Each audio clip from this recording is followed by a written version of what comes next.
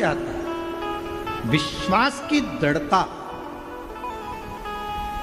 भाव की प्रबलता आपको शिव के करीब में ले जाती है। फिर आपकी जिंदगी के जितने दुख हैं, जितनी तकलीफ है, जितना कष्ट है, जितना तकलीफ, जितनी बीमारी, जितना तकलीफ है, वो सब शिव का,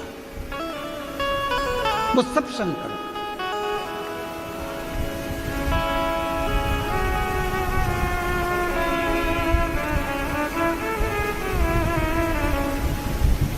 तुम्हारे घर के आसपास में बहुत सारे लोग रहते हैं। कोई 2 गांव छोड़कर रहता है, कोई 1 गांव छोड़कर रहता है, कोई 5 गांव छोड़कर रहता है, कोई कहीं रहता है, कोई कहीं रहता है, और एक तुम्हारे घर के अंदर तुम्हारा परिवार रहता है।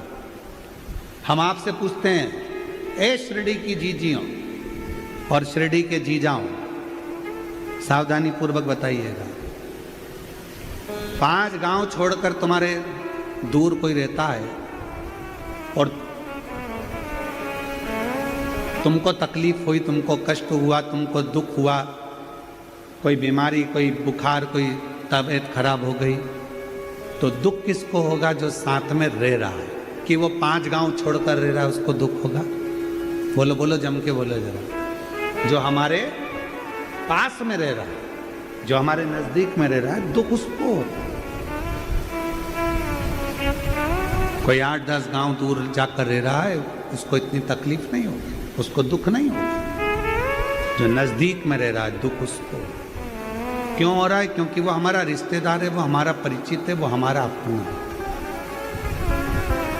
और हमने शिव महापुराण की कथा में पहले भी कहा, आज फिर कहते हैं, देव अधिदेव महादेव को अपना पिता मान लो, अपना बाप मान लो, माँ जगत जननी को अपनी माता मान लो। तुम्हारी जिंदगी की जितनी दुख है, तकलीफ है, सब उसका है, सब उसका।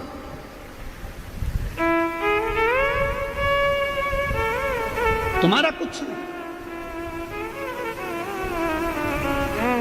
शिव को अपना मानो, भगवान देवाधिदेव महादेव को अपना मानो, शंकर जी को अपना मानो।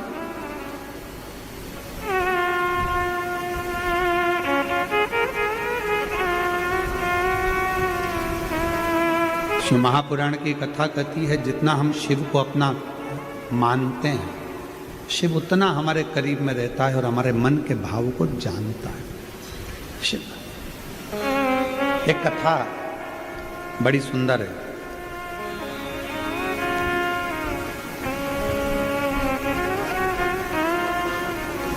भगवान शंकर का 11वां रुद्र अवतार है श्री हनुमान जी महाराज। थोड़ा ध्यान लगाना इस कथा में।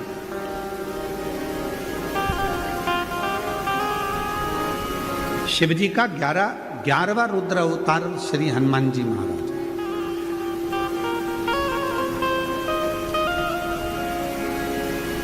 और शिव की भक्ति करने वाले का भगवान कैसे साथ देते हैं, ये कथा करें। एक था रावण और एक था अहिरावण। यदि आप लोगों ने रामचरितमानस में पढ़ा होगा तो अहिरावण की भी एक कथा आती है। किसी ने पढ़ी कि नहीं पढ़ी? कभी सुनी कि नहीं सुनी? कि एक अहिरावण हुआ। वो अहिरावण पाताल में रहता था।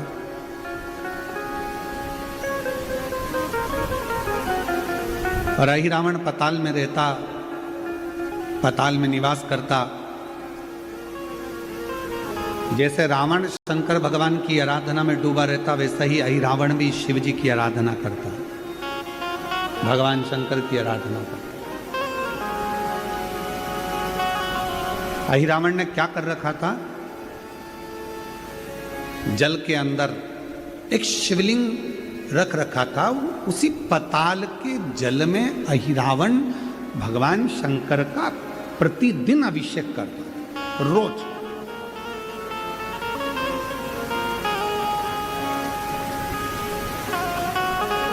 और सारी समस्या का हल,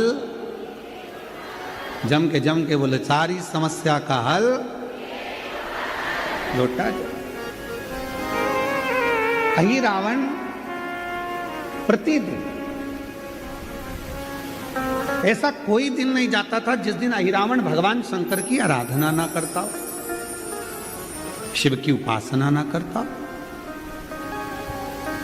अभिषेक करता, पूजन करता, बैठता, साधना करता, पूजन करता। और जब अहिरावण भगवान शंकर की पूजन कर कर उठ जाता, तब एक मछली उस जल में आती, शिवलिंग के आसपास घूमती और शिवलिंग के सामने वो मछली स्थिर हो जाती, खड़ी हो, हिलती भी नहीं, जाती भी नहीं, स्थिर हो जाती। शिव महापुराण का ये चरित्र बड़ा सुंदर है, बहुत सावधानी से सुनिएगा कि मेरा शिव जब एक जीव जंतु मछली पशु पक्षी के लिए इतना कर सकता है तो संसार के लोगों के लिए कितना करता हो। अहिरावण भगवान शंकर की आराधना करता, शिव की उपासना करता, शंकर की आराधना में डूबा रहता, रोज प्रतिदिन जल समर्पित करता, पूजन करता, आराधना करता।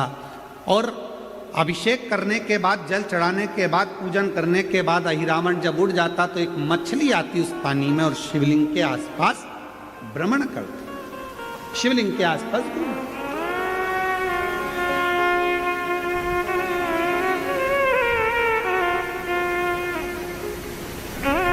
और शंभु शरणे मांगू घड़ी दुख दया करी न दर्शन शंभु शरणे मांगो हरि दुख काटो दया करी दर्शन आपो। एक मछली स्थिर है, अहिरावण उठकर जाता और वो मछली आकर शिव जी की परिक्रमा करती।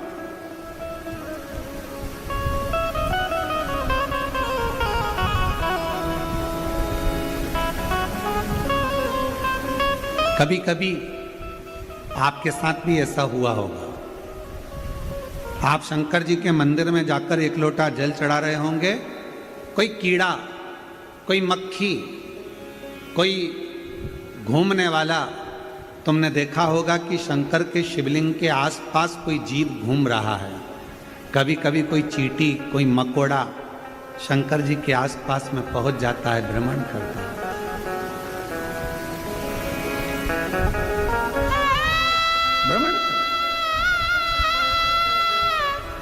शिव जी का एक नाम है पशुपति नाथ।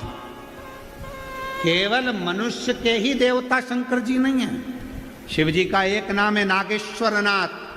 केवल मनुष्य के ही देवता नहीं, नागों के देवता भी शिव हैं, पशुओं के देवता भी शिव हैं। शिव जी का एक नाम है स्तंभेश्वर नाथ। पक्षियों के देवता भी शिव हैं।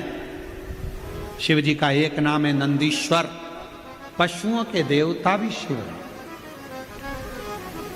शिव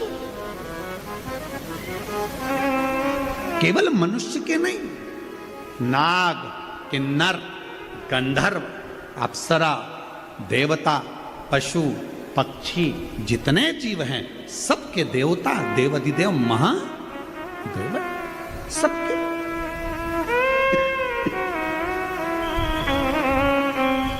ऐसा कोई नहीं जिसका शिवदेव ना हो। महाराष्ट्र में एक मंदिर है खंडोबा जी का। कौन कौन गए जरा हाथ उठाओ, गए हो आप लोग? कौन है खंडोबा जी? स्वयं शिव, स्वयं शिव, शंकर का एक अवतार जो अपने भक्तों के लिए एक राजसी वेश में सामने प्रकट हो जाते।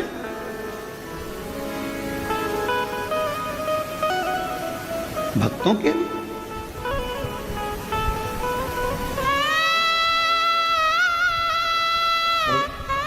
जब हम उसको पुकारें तो वो आता है। और मेरे भोले तेरा सहारा है, मेरे भोले तेरा सहारा है, मेरी नैया का तू किनारा है, मेरी नैया का तू किनारा है, मेरे बाबा तुझे पुकारा है, मेरे बाबा तुझे पुकारा है, मेरी नैया का तू किनारा है, मेरी नैया का तू किनारा है। जब हम उसको पुकारते हैं, जब हम उसको बुलाते हैं, वो ये नहीं कि पशु है तो उसके लिए नहीं आएगा, पक्षी है तो उसके लिए नहीं आएगा, जीव है तो उसके लिए नहीं आएगा, जंतु है तो उसके लिए नहीं आएगा। भगवान शिव केवल मनुष्य के लिए आएंगे ऐसा नहीं है। उसका नाम तो पशुपति नाथ है, उसका नाम तो श्रम्भेश्वर नाथ है, उसका नाम तो नागेश्वर नाथ है। हर रूप में वो आता है, प्रत्येक रूप में। ऐसा कोई रूप नहीं जिस रूप में परमात्मा नहीं आए।